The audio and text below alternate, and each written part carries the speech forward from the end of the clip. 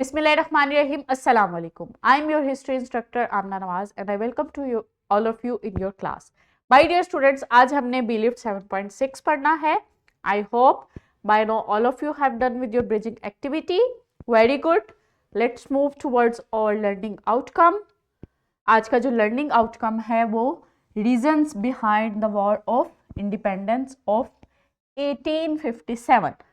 जब doctrine of lapse की policy आई उस वक्त लोगों का जो इकोनॉमिक कंडीशंस थी वो भी बहुत बुरी हो गई. इसके अलावा बहुत से राजाओं ने ब्रिटिश के खिलाफ एक महाज बना लिया क्योंकि उनको जो इनहेरिटेंस का जो मसला आया था उनको ब्रिटिश जो है वो बेटा अडॉप्ट नहीं करने देते थे ताकि उनकी सल्तनत आगे ना चले और सल्तनत जो थे वो उनसे छीन ली जाती थी.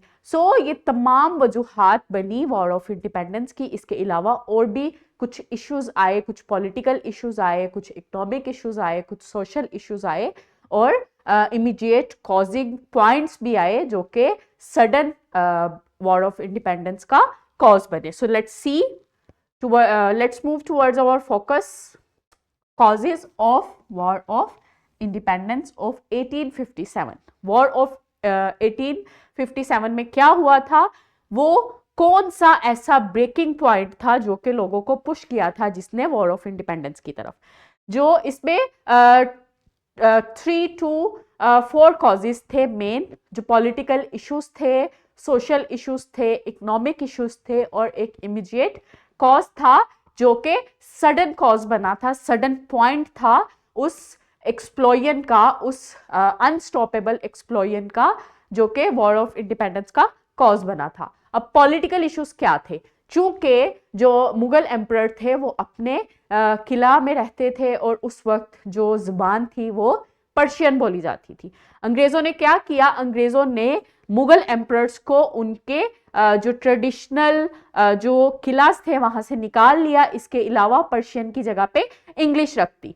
जो सोशल इश्यूज थे वो क्या थे? उनको रिलीजियस थ्रेट्स थे क्योंकि क्रिश्चियंस को, क्रिश्चियनिटी को बहुत प्रमोट किया गया था. तो इस्लाम, हिंदुइज्म और सिखों को अपने मजहब का थ्रेट था. इसके अलावा जो था वो अंग्रेज जो थे वो इंडियंस को अनफेयरली ट्रीट करते थे, उनको अनसिविलाइज्ड समझते थे और वो ये अपनी ड्यूटी समझते थे कि उनको सिविलाइज करना है. तो उनके साथ जो थे वो अच्छा बर्ताव नहीं किया जाता था. उनको सिविलाइज बनाने के लिए उनको उनकी जॉब से निकाल दिया गया था. तो उनको इकोनॉमिक इश्यूज भी आए थे और इसके अलावा जो लैंड ऑनर्स थे उनको इकोनॉमिक इश्यूज क्या आए थे कि उन पे हैवी टैक्सेस जो थे वो आयद कर दिए गए थे जिसकी वजह से उनको काफी फाइनेंशियल बर्डन हुआ था. ये सब जो थे वो कॉज थे जो कि बहुत लॉन्ग टर्म कॉज थे 1857 के. एक सडन स्पार्क था, ये फाइनल स्पार्क था जो कि क्या था? Grease cartridge.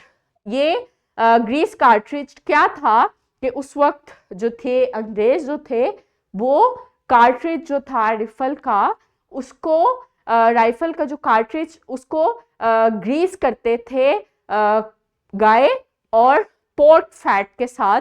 तो अंग्रेज जो मुस्लिम्स थे और जो हिंदू थे उनको रिलीजियस थ्रेट था. वो इस वक्त बहुत इंतशार में आ गए थे जब उनको ये पता चला था कि अंग्रेज जो है वो कार्ट्रिज को काओ और फैट, पोर्क फैट के साथ ग्रीस करते हैं.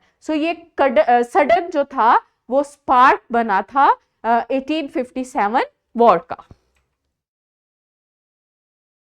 Next is your formative check and the next one is your worksheet and the last one is your formative check and thrive from your practice book. That's over here. I hope all of you have done well. We will meet in our next session, inshallah. Allah Hafiz.